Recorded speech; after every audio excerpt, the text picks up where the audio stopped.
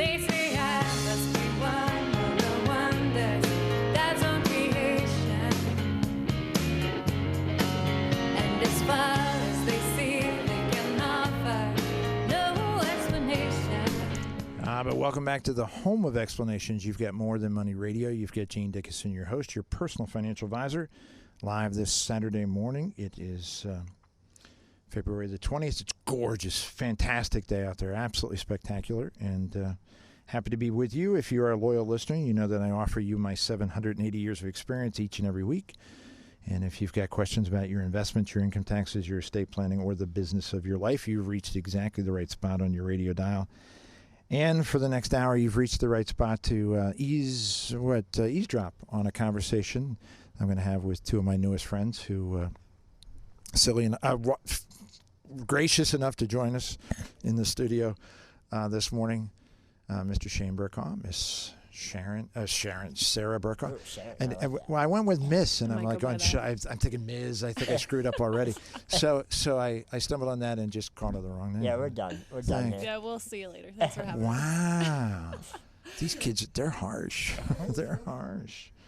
Here's an email from Jim. Those kids sound rude. No, they're not. That's not what he said. Come on. It's true.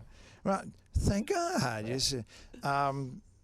We are here because the show is called More Than Money, and a mutual friend, Daryl Oken, brought us together. Mm-hmm. And apparently he and some of your family members are mutual friends. Geez, it's a small world. There's just a lot of stuff going on here. But Shane, local boy done goods, so to speak. Local man. Oh. Local athlete, I would say. Yeah. Local marathon runner. Yeah. Local disabled marathon runner. There you go. Local disabled marathon runner. Yeah, I've never run a marathon.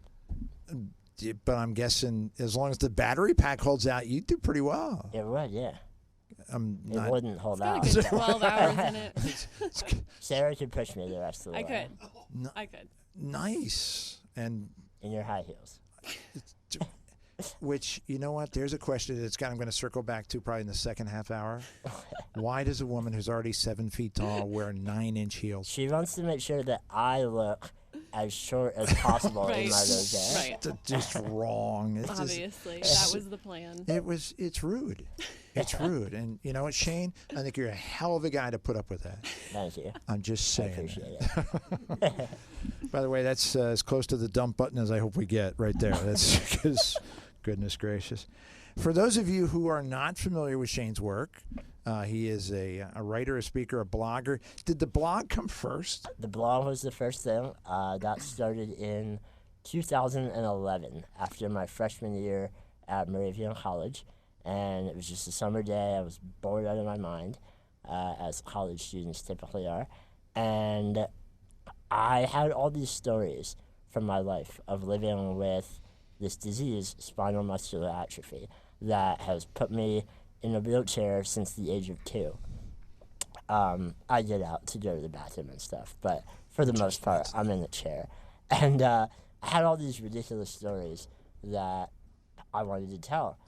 And so I had this idea to start a blog, and I thought, this is a terrible idea. And I told Sarah about it, and Sarah said, that's a really stupid, terrible idea. And it wasn't. And so the title of your blog is? Laughing at My Nightmare. It is all about the humor of living with spinal muscular atrophy. Now, most of you who have been with us since 8 o'clock might have noticed that I didn't say I'm interviewing a young man who's got a disease. Nope. I can't figure that because I've already spent time with him. Okay. I'm interviewing a young man who's done some remarkable things, and I'm way more interested in the things you've done than whatever thing. We've already figured out marathons probably not on the agenda, but I'm really more interested in the things you've done. And in our promotion of this appearance, I've used the word humorous because folks, if you go on Shane's website, the opening, God bless him. Hello, I'm Shane Burcaw. I'm 23 years old, and I have a disease called spinal muscular atrophy that will eventually kill me. I've been in a wheelchair since I'm 2. I love to laugh, and my life is pretty funny. Dude! You just hit them real heavy. Start them off on a good note. And build from there. Yeah, it goes downhill from there. But Actually, I've read a lot of your stuff. It not only doesn't go downhill, forget for a second the underlying theme. right. You are a whack job. Your ability to express things in a creative way is phenomenal. Where does that come from? Oh, geez. Let's see. So I had discovered, maybe in high school, that writing was an awesome way to express myself, where other people are able to express themselves with hand gestures and athletics and all sorts of other physical things. I'm not able to do that. And so writing was a way to share my mind. To go back to what you said before, you didn't promote this as disabled man, and that's a really important distinction that I've been working to make my whole life, because when people, strangers, see me, they make all sorts of assumptions about what my life, what my mind is like, based on my physical appearance of looking like a malnourished child in a wheelchair. And they talk slow to me, and they think that I can't carry a conversation with them and stuff like that. And so through writing, I'm able to show people that I'm just a regular dude, and I like to have fun and make fun of people and do the same things that everybody else does. And I have to tell you that in my many more years on this planet than you, I've spent a great deal of time writing. Okay. Writing is ridiculously hard. Good writing is insanely hard, and your writing is fantastic. Having spent a little bit of time with you, not very much, I needed to be able to kind of present what we were going to do here today in a way that struck me. And I mean, I got to admit, the whole thing about it's going to kill me. I got it. Yeah. None of us get out of this alive. So it's not like you got something that ain't going to affect all the rest of us, because it's absolutely true. That just wasn't the story for me. The story was, you're a whack job, and you are expressing yourself in just a terrifically refreshing way. My wife read the book. Absolutely laughed out loud constantly.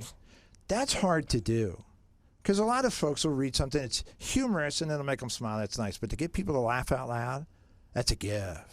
That's an absolute gift. Sarah, has he always been funny? I hate to even say this. I can't even look at him when I do it, but yes, he's pretty much always been funny.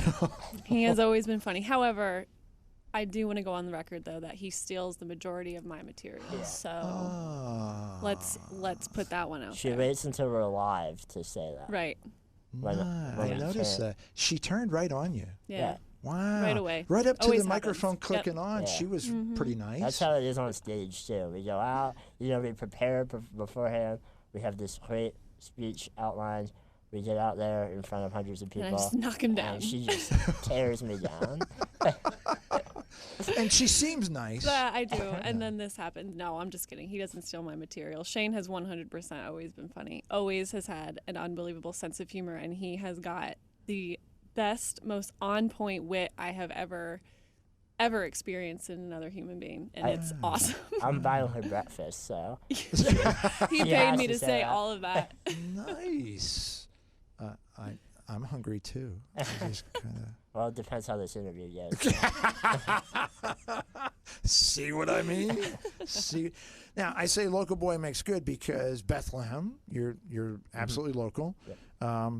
Tell us a little bit about your family.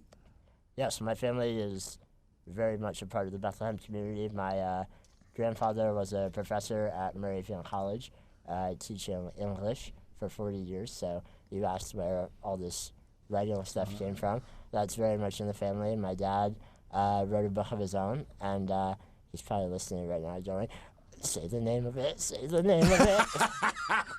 It's called The Sidecar Tales. It's an awesome children's book. So writing has always been a very big part of our family, and the whole Burcaw family is very involved in the community, and we have a good time doing it. So logically, you went to Moravian. Went to Moravian, yeah. It was the first and only place I applied. I got in, and being the lazy high school student that I was like, yeah, this is good. I'll do this. And I also had all these other considerations with my disease, being taken care of, staying alive at a college far away would have been a challenge for me. One that many other people in my position do. I just wasn't up for it yet at that point in my life. So I went to Moravian and received a fantastic education.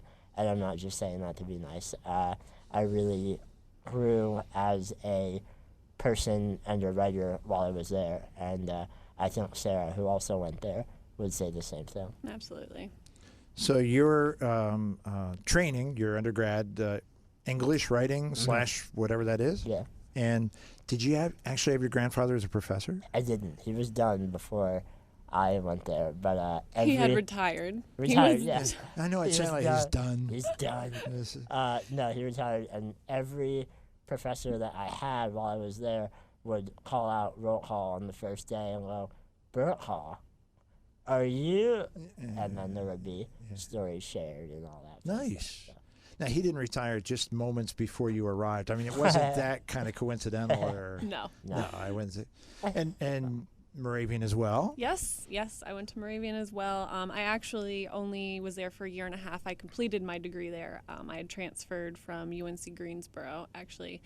And when I transferred in was the year, I think it was Shane's sophomore or junior year of Sophomore. college. Sophomore year? Yeah, sophomore. Okay. And it was actually, side note, when he had just started the blog. So things were starting to take off on that end. Shane, did you notice how she kind of has inserted herself as the inspiration for your But blog? She's clearly, I am his muse. I mean, let's be honest. That is amusing. I see what you did there. Transfer, UNC Greensboro, Yep. UNC Chapel Hill, Awesome. and, Okay. and finished up at Lehigh. Very cool. So, wow. That's It's like- interesting. It's like we're the same person. You're Yeah. almost the same with person. it, traveling through You're- time and space. You're And, both wearing high heels. and if I must say so myself, I think my legs are better. They look Oh, nice. there you Yeah, they go. look I nice. mean, Thank you. It they look highlights my great. calves. Yeah. I'm just saying. Well, clearly, we're just saying. The title of your blog, "Laughing at My Nightmare." Yeah. Wow. I mean, that's you got to start with as someone responding. Mm-hmm. Wow. From a holy crap creative standpoint, and from a get my attention immediately standpoint. Yeah. And then the other word that came to mind was courageous. And for a smarty pants, you're pretty courageous. This is insanely important stuff that you're expressing in a way that, golly, most folks can't even imagine getting their head around, let alone being able to meet it head on the way you have. Where do you think that's coming from? So, I don't know if I personally would use the word courageous. Laughing isn't courageous. I don't think it is.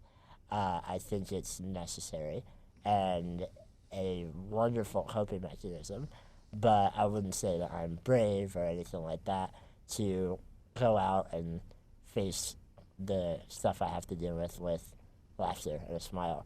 I think the idea or the name originated from a philosophy that my family has been instilling in me since I was a kid. And that was, you are not going to allow this disease to stop you from living an amazing life. You're not going to use it as an excuse. You're not going to use it as a crutch. We were always very focused on finding the positive, no matter what the problem was, whether it was SMA or whether I failed the test at school or whether I fell out of my wheelchair playing in the alley as a little kid. Whatever the problem was, we looked for the funny in the problem, and we laughed about it, and we made fun of each other's problems. If you sit at a dinner with the Burcaw family, you will think that we are psychopaths because we pick out the most vulnerable thing about everyone there and just And ourselves. And, we and make fun of ourselves. Yeah. And we just exploit it. And it's beautiful. But Sarah's perfect, so she gets Right. left out of It's all really I that. do. I hard, just yeah. sit there. Uh-huh. Just you don't her mashed potatoes. No, I provide a lot of material, I feel like, for people. And while I appreciate that you don't view it as courageous, I get that. The blessing that your family gave you is crazy amazing. Yeah. For gosh sakes, if I have the sniffles 2 days in a row, I whine nonstop. Could you just leave the house for like a week? Because I'm tired of hearing you whine about it. Yeah. So for the average person, minor inconveniences can be just reason for I think I'm going to throw myself out a window. And for you apparently, and for your whole family. For everyone, I feel, even for me. Okay. And my message is not by any means get rid of all those negative emotions, hide from them, ignore them. It's completely natural to be upset when you have the sniffles for 2 days. That's annoying. I'm the same way. So what I'm trying to do with my writing and my nonprofit, all the stuff that Sarah and I are doing, is to remind people. Because I think that once you remember, oh, you know what? There are all these other things that make being alive so awesome. It's easier to take a step back and focus on the positive. So it's not, change the way you react permanently. It's just, remember, you have a choice about how you respond. Okay, put me in my place. I'm feeling a little bit. I mean, life could be worse. Bernie Sanders could be president. Hey. So, Sarah, how do you fit into all this? So how do I fit into all this? So as I said, when I had started school back at Moravian, Shane had just started his blog, and Shane and I were buddies. We would go to school together every day. We lived very close to each other, so I was kind of able to be a little bit of a carer, but on top of that, just be able to hang out with him because She had no friends. I had no friends, and he was my buddy. He was my only friend. And one of the things that we would do is we would eat lunch together every day at school. And what we would do during lunch is we would read these messages Shane was starting to receive on his blog. And they were the most moving things I have ever read in my entire life, of people just thanking him for sharing his story, thanking him for showing them how they can look at life a little bit more positively. And it was just this amazing thing that was starting to be created. And long story very, very short, over the course of a couple months, the two of us just had the crazy idea to start a nonprofit. And that nonprofit would be called Laughing at My Nightmare Inc. And what we would do is we would promote this message of positivity and overcoming challenges with the use of humor. And we also wanted to help people with living with muscular dystrophy, because what we have learned and what Shane has learned is that living with this disease, there's a lot of equipment that you need to obtain, and it's expensive, and insurance does not cover it. So what we do is we provide equipment grants to people living with muscular dystrophy, and that is what we raise money for, and that is what we do.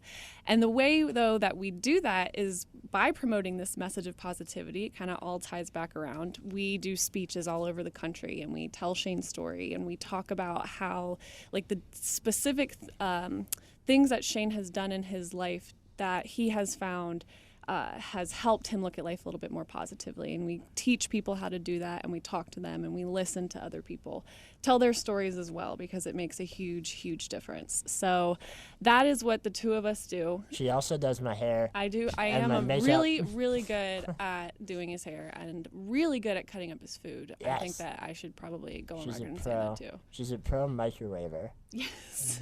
Nice. Which is not an easy skill. It's not. You have to get the power level right. Take time. You have to get the amount of time. You have to make calculations based on weather, humidity. Yep. It's all a factor. and spewage, because Spewage. depending Oh, on yeah. the food, You got to it could- make sure it come doesn't on. overflow. Napkin over the top. Yeah. Well, for some, yeah. I'm just starting that. I'm just getting into You're that. just getting into the napkin part. I'm only a recent believer of the napkin on top of the things Let's in the talk microwave. about microwaves for a second. Microwave skills. Yeah. Right. Microwave skills. The remarkable chemistry that the two of you have. Do you think it's more genetic, or is it more voluntary? Is it more that you were kind of forced together by family relations, or is it just literally that you have this bond? I'll start. You want to do it first? Okay. I think that it is a sense of humor. Our family, as I said, has a very similar sense of humor, whether that's genetics or the fact that we've all been together our whole lives. I don't know. But our sense of humor is very similar, and I think that is the starting point for the great relationship that Sarah and I have, because we can make fun of each other for 8 hours a day and know at the end of the day that it was all out of love and it wasn't meant to hurt. And so that's how we do it. So it's not necessary to punch each other at the end of the Right, day. right. Because you've got that understanding. It's enjoyable, but not necessary. Sarah, you're right. Oh my gosh. So I set him up. He tees him. I tee him up. He takes him. God bless. Do you, in your public presentations, I guess do you call them speeches? What they've got? We do call them speeches. Yes. When you do your speeches, is it more scripted? Is it more ad lib? Is it more? What is it more? So typically, it's a little bit different for everywhere we go. It depends on the venue. It depends on the audience. It depends what they actually want. We do kind of have a structure that we work off of, and then we play off of each other as far as what jokes we're going to make, what things specifically what stories we're going to tell, what things we're going to focus on. But we do it. Like I said, we do it just tailored to whatever it is that they actually want. But we are pretty good at going back and forth on a whim, for the most part, I would say, because we're both just the funniest people ever, so it works out. We're also very modest. I noticed that. Humble. We are the funniest, smartest, most modest people that you'll ever meet. And willing to accept nominations for all of those. Thank you. We just have a couple months left in this piece of the puzzle, so I want everybody that's listening, if you just joined us, we're with Shane and Sarah Burcaw, and Laughing at My Nightmare, which is a fantastic title, not just for your blog, for your book. We're going to talk about that after the break here momentarily. You have a website, I hope. Yes. And you want to give that to everybody? Yes, so you can visit the nonprofit website at laughingatmynightmare.com. Very creative. And you can find links to my blog and our Facebook and all that on there. So that's the hub. And in addition, if folks go on those websites or go connect to you in some way, if folks out there right now are listening going, now wait a second, I've got a service organization that I would love to have these guys come and speak to. I've got a school, young kids, middle school, high school, college kids that would love to hear. I have a business that people should really hear how this message is translated. They can reach out to you, I'm guessing. Absolutely, yep. And in addition to all of that, you've written a book, which has this strange title, totally disparate from everything else you've done. You're not going to have any idea what it is. 2, 3, go ahead. Laughing at My Nightmare. Crazy. My firstborn son will be named Laughing at My Nightmare. And I'm sure he'll come to thank you for that. As he plots your demise. No, Dad named me, and I've always wanted to kill him. Just a thought. How much time there, sir? If you're listening this morning and you'd like to get in touch with Shane and Sarah, please do that. Absolutely. We have now very few remaining books because Nice. you guys were kind enough to sell us a whole bunch of them, and that's how that works. Books get sold, and we've given away a whole bunch. We might have 5 left, so when we're done with the interview this morning, if you hear enough that you're saying, hey, I'd like to read that, I've got an idea in mind. That'll connect it to the nonprofit. We'll figure that out, and we'll talk about that on the break. And as long as I don't get punched by Sarah, I think we'll announce that when we come back. So stick with us. If you got a question for Shane, for Sarah. By the way, Sane is Sarah and Sharon. Exactly.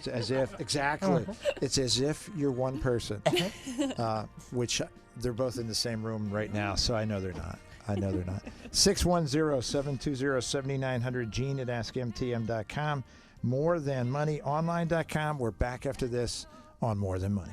For your kindness, I made debt to you. They say I must be one of the wonders God's own creation. And as far as they see, they can offer no explanation. But we absolutely offer explanations. It's More Than Money. It's Gene Dickison, your personal financial advisor. It's Saturday morning. It's February the 20th. It's a gorgeous day. Spectacular. It's going to be even better this afternoon. So please, the only intelligent thing to do is stay right where you are and finish the rest of the show with us. And us, Shane and Sarah and I. And I'm so glad I got Sarah out, actually, as opposed to Sharon. So that's a totally different. I'm going to call her Sharon from now on. Once again, your charm rising to the top. I'm guessing you got that from your dad reading his book, maybe? I don't know. Yeah. I just kind of... Oh, my dad's built the sidecar Kings. Exactly. Yes. All of it. Yes. All of it. I love you, Dad. Thank you so much. God bless us if you're just joining us. The melodious tones of Shane Burcaw. Can I sing? Yeah. Or can I give financial advice? My suspicion is that you'd be equally good at both. I'm just guessing. Equally bad at both. All right, we can go that direction too. I'm not going to do either one. I'm willing to play. So clearly I'm willing to play because I invited the two of you in here, for goodness sakes. And again, if you're just joining us, Shane is a blogger, an author, a speaker, has founded a nonprofit with Sarah, Laughing at My Nightmare, clearly becoming a brand, and appropriately so. When you've got something that's got that much, that says that much in so few words, you got to run with that. Yeah. Apparently, and I meant to ask you about this because when I said in my promotion for your appearance, award-winning author, I wasn't just like hosing people. This is excellence in young adult nonfiction. Yeah. That's pretty cool. I was a finalist. So I didn't win that award, but it's given out by the American Library Association. So even to be a finalist is fantastic. Yeah. What were we saying about modesty? And you get that whole sticker thing on the book. I know, that was the best part. Isn't it? It's It's very a cool. scratch and sniff, too. Which is nice, but until they actually scratch and then sniff. Yeah. Okay, got it. We actually have, I think, remaining 5 copies of Shane's book, autographed. So certain to be a collector's item, right up there with Hummels Right. and Absolutely. Longaberger baskets. Yeah. So this is fantastic. If you're listening this morning and saying, I got to get this book, I know where you can. You can get it for free if you stop into the MTM World Headquarters in the Holy Lands between Bethlehem and Nazareth. I'm going to ask that if you stop in and you want a free book, we have 5. We'll look how logical this is. We'll give away up to 5 because I can't give away more. I have 5. Or you can buy more from us. Oh, Every purchase helps support our mission of helping people with muscular dystrophy live better lives. talk about shameless promotion. Oh my gosh, he has fallen into our pattern. Happy to do it. If you want to come in and make a contribution to the nonprofit Laughing at My Nightmare, I'm guessing the checks are made out to Laughing at My Nightmare. Yep. Duh. It's a lot to write on the line. I'm Tax sorry. write-off. Tax write-off. Exactly, Yes. taxes. Well, you're right. You shouldn't be giving tax advice. I'm just saying.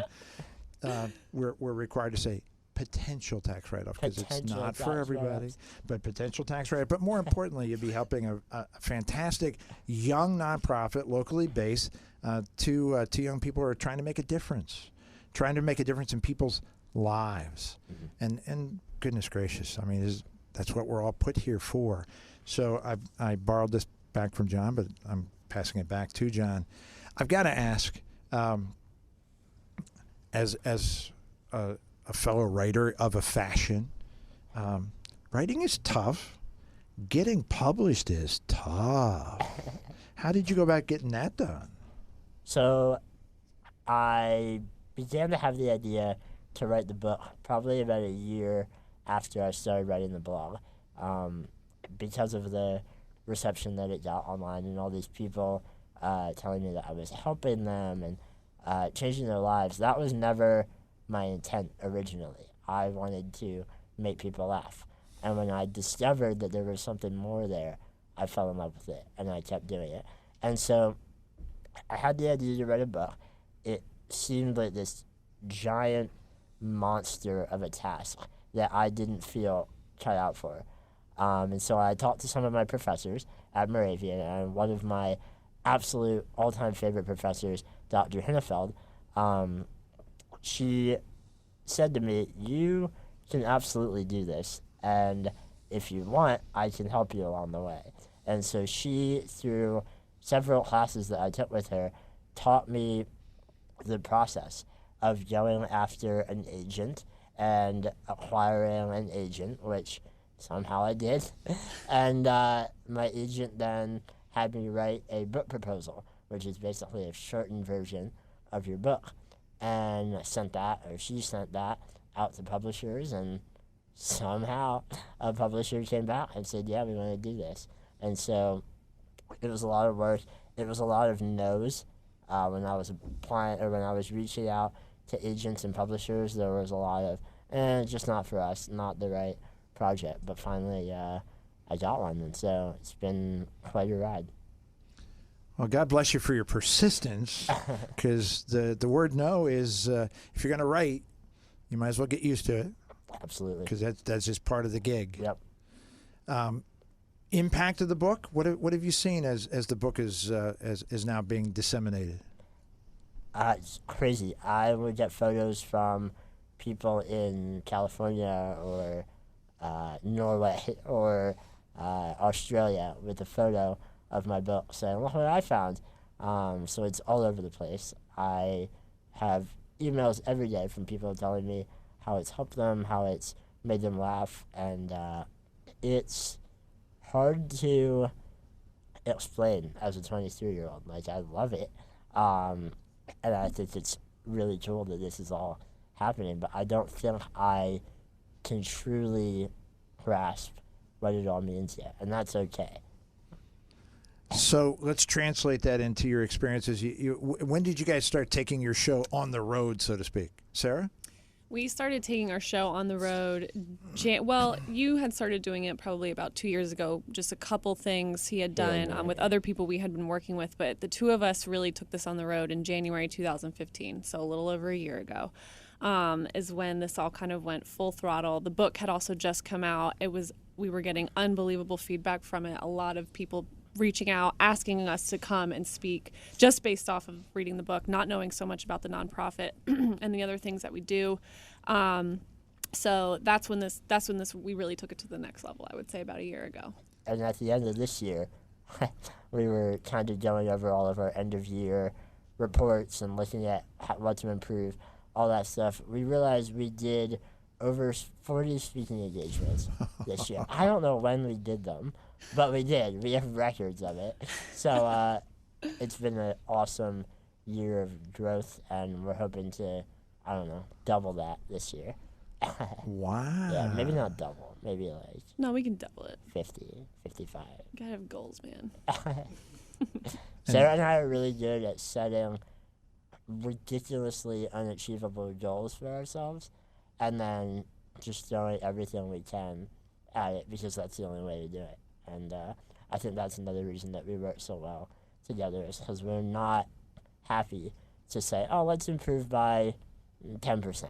We want to do 50. We want to do 100%. So you did 40 last year. Sarah says, "I'd like to double it." And sadly, Shane said 50, and he thinks that is double. Yeah, That's the why he's not whole- going to talk about money the today money with thing, anybody. the whole numbers thing. If you want a Roth IRA, you need Form 1086-9. Precisely so.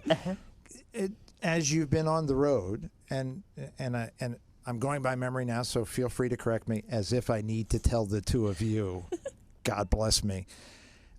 You've actually gone pretty far afield doing some of your presentations. Like, do I remember California? Yes, San Francisco. We're headed to the state of Washington in June, so that'll be awesome. So yeah, we've stayed mostly up and down the East Coast, but we're really starting to branch out now and go pretty far. flying on an airplane is Quite an adventure with Shane. I don't know who it's more stressful for, Sarah or me.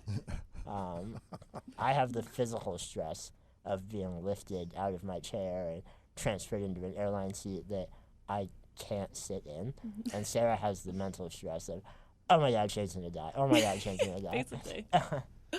But we make it work, and we've been very fortunate with the experiences we've had. So Because you got to know that, like, if you're calling home and going, hey, yeah, I buckled him and I killed him. Yeah, that's probably. it would be really bad. It's a bad Or thing. like getting to the other side and being like, "There's no wheelchair here. I don't know where it is. Yeah. It's not here." Yeah. That's another We another were- fear. When we got, I think, off of the plane in San Francisco, we had this really great view out the cabin window of my chair being unloaded from the cargo pit. Oh, And the one wheel came off of like the little runway thing that they use, and we watched in terror, just not being able to do anything. Luckily, it didn't fall and break, because that would have been an interesting couple of days in San Francisco. wow. Wow. But it's stuff like that. Flying is so. Again, I'm such a whiner. Because if they lose my toothbrush, I'm like, I cannot live with that. They have 5,000 of them in the gift. You can buy, not me. It's my special toothbrush. Yeah. And I get a little whiny about. My apologies. I'm just saying. In all of your travels, all these different presentations, any one or two kind of stick out that you have a story that you go, wow, that was either crazy or really touching or memorable? You want to Do you do have it? any specific? I should do the Yeah, go one ahead. about the kid. You go first. So in the very first talk I ever did, and the story's in my book, laughing at my nightmare. Very first talk I ever did, when I really had no idea what I was doing with the nonprofit or with speaking. I mean, I still don't, but I'm a lot better at it now. It was a point in my life where I didn't know what I would be doing in 6 months, let alone for the rest of my life. And we went out on stage. This was in North Carolina at a school for troubled youth, I'll call them. These are kids that have been kicked out of every other system, and this is really their last shot.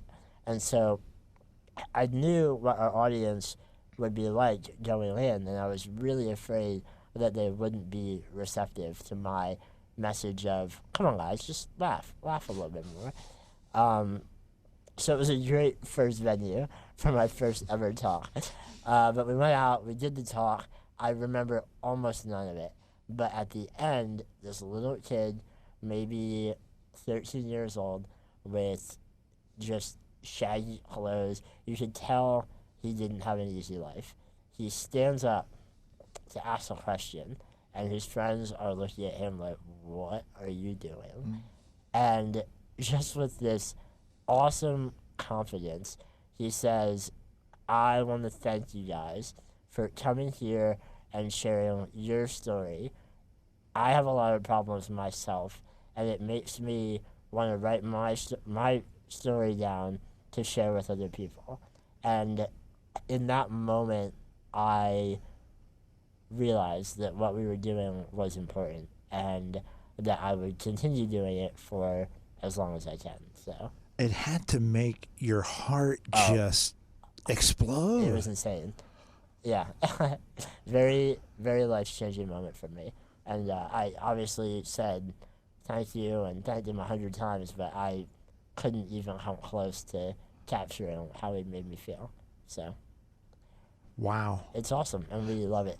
Well, well, how could you not love that? To be Yeah. able to touch another human being, one that's got such vulnerability, Yeah. such challenge, such need, and have them stand up and go, hey, thanks. Right. And I think that that's one reason why Laughing at My Nightmare is becoming so big. We all have problems, whether they're obvious or internal. We all have stuff that makes life difficult, big and small.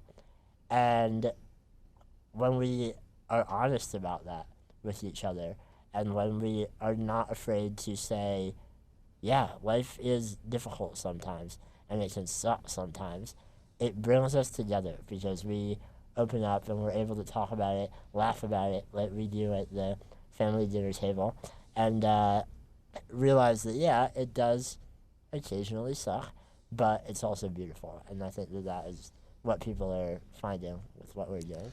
Sarah, do you think Shane's experience, your experience at the family table, in a way almost prepped you for what you guys are doing now? I 100% feel that way. Yes, for sure.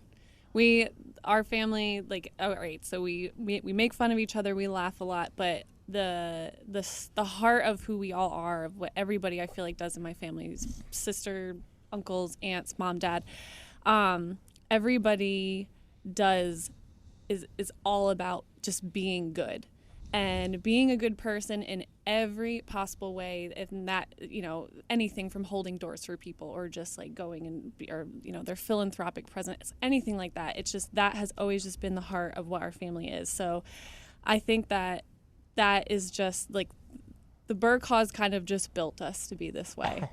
We didn't have a choice. We really did not have much of a choice. So when this all came about, it made complete sense. There was never a question, I think, in either of our minds that, should we actually pursue this? Like, this is going to be a lot of work. It's going to be crazy. It was kind of a no-brainer. This is who we are, and this is and hey, if it's going to be a no-brainer, who better than the two of you?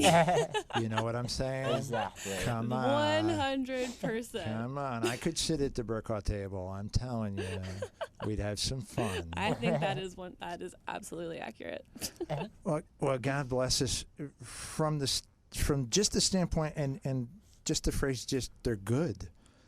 Well, it's a sad commentary on kind of where we are as a society today. That the word good is like, oh, wow, that's pretty weird. Oh. Good. Is good? People are actually what is that? good? It's a strange thing. And translated onto the business side of life, we love our clients. Mm-hmm. Lots of our clients come through the door, and the first thing they do, if they're not petting our chocolate lab, they're getting hugs, and we're hearing about kids and grandkids and about hey, you got to hear about my grandson Shane because he's doing this cool thing and they're amazing. Mm-hmm. As it turns out, we had your books out. Gentleman comes out, he goes, Shane's mom is my uncle's sister. I mean, it's just, you're like going, are you kidding me? That makes no sense. Just being nice. Just wishing, having the objective of we're going to touch people. We're going to give people an opportunity to laugh, to kind of see some of the lightness to whatever challenges they're being presented, whether it's the whiny stuff that I do or whether it's a 13-year-old boy in Carolina that you absolutely know has seen horrendous things, can stand up and go, you've given me a voice. Yeah. That's crazy. It is. That's crazy. So you're going to have to double. You have to go from 40 to 50. Absolutely. Yeah. Yeah. We might have to 40 branch times 2 out. is Well, 50. I'll do the speeches on my own while you're doing other speeches on your Oh, there own. you go. It would be a very different story There you go. without both Perfect. of us on stage together. Especially since it's a duet. You're going to Yeah. have Right. like He'll so just do Sarah. both lines. And Yeah, I'll do that. just wait. Just wait 3, 4, 5 minutes. This is kind of Sarah's part. Okay, I'm back. Yeah, and I'm thinking that's not a good idea. I'm just saying, you could train other people to be just like the two of you. That is a good idea. There's something in there. I'll supply them with a wheelchair. And I'm thinking exactly. Yeah. Actually, I'll just give them my SMA. There you And, go. it's like method acting. I think that's hard. You have to have the disease to truly get into character. I don't know how. But if you're committed to your craft, come on. That's Yeah, right. yeah. It's a small price. Exactly. If you want to be De Niro, you're going to gain weight, you're going to lose weight, you're going to do that. There you go. Come on. Yeah. I made all that up. I have absolutely no clue. We've talked a little bit. We've referred to the nonprofit. We've talked a little bit about the nonprofit. Give folks a sense, number one, kind of what is the mission? What kind of things have you kind of done up till now, and how can people help? Sure. You want to tell what we do? And then Absolutely. So, nonprofit, of course, called Laughing at My Nightmare Incorporated. So we add that to the end, switch it up just a little bit. What we do is we promote a message of positivity and overcoming challenges with the use of humor, and we provide equipment grants to individuals with living with muscular dystrophy. Do you want to talk about how we do that? Yeah, so the positivity aspect is the speeches that we do, and we'll go into anywhere, businesses, schools, civic groups, whatever, and talk about this idea and teach people our methods and our stories, stuff like that. We also produce a lot of online content, writing and videos, stuff that people can consume and remind them that, life is awesome and there's always a reason to laugh. And then on the other side of it, with the muscular dystrophy grant program, as Sarah mentioned before, I've found in my life that having this disease requires a lot of equipment, from adaptations like the ramp on the back of my house to the ramp on my van to the medical equipment like my breathing machines that I use at night to my feeding tube to the specialized seat that I have to use to sit on the toilet. There are so many things, and insurance really doesn't cover very much of it. I've always been very lucky to be in a great system, or a great family with a great support system around me, so I've always had the stuff that I need, but I know there are tons of people out there living with similar diseases as mine who don't have that stuff. And so last year we gave out 15 grants, ranging anywhere from $800 to $5,000, and those covered items like a therapy tub so that a little girl, about 1 year old, could receive physical therapy in her home because it was too difficult to leave her house. We built a ramp on the house of a father who is now confined to a wheelchair so that he could get in and out of his house. We gave away technology like iPads that open up the world for people with this disease. All kinds of stuff, and we do it on an application basis. So on our website, people can go on and apply for a grant, telling us what they need, why they need it, and then our board of directors reviews all that stuff and decide how we're going to allocate that money. So on your website, is there also a way for folks to support? Yes. Absolutely. We have got a big old donate tab, and you will read everything about what we've done, what we did last year, what we will be doing this year to know exactly where your funds are going and what we're going to be doing. We also have some local events. We have a happier hour that we're calling it on April 2nd at Taps Tavern on 378. And then on June 25th, we have a 5K race here in Bethlehem. So all that's on our website as well. You can read about that. Come say hi. I don't know about my audience, but I've had a ball. So thank both of you so much for the early morning Saturday to schlep out and join us in studio. Absolutely. Thank you so much for having us, Gene. We are very, very happy to be here. My It has been absolute awesome. pleasure. Absolute pleasure. Again, give them the website. LaughingAtMyNightmare.com. Shocking. Check it out. Folks, we have 90 seconds or so before the top of the hour, and that means that we're on the out. We got to go. If you heard anything today, including Laughing at My Nightmare, that you want more information about, there's lots of ways to do it. You can send me an email, gene@askmtm.com. You can check out our website, morethanmoneyonline.com, or you can absolutely, it's ironic, it's strange, it's bizarre, it's antique, but you can call us. How weird is that? In the Holy Lands between Bethlehem and Nazareth, 610-746-0960. 7007. Again, 610-746-7007. If we can serve you in any way, we are here to do exactly that. Thanks for being part of the show this week. We'll see you next time on More Than Money.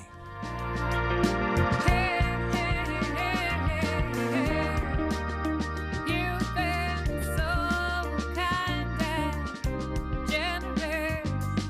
I don't know how you keep on giving.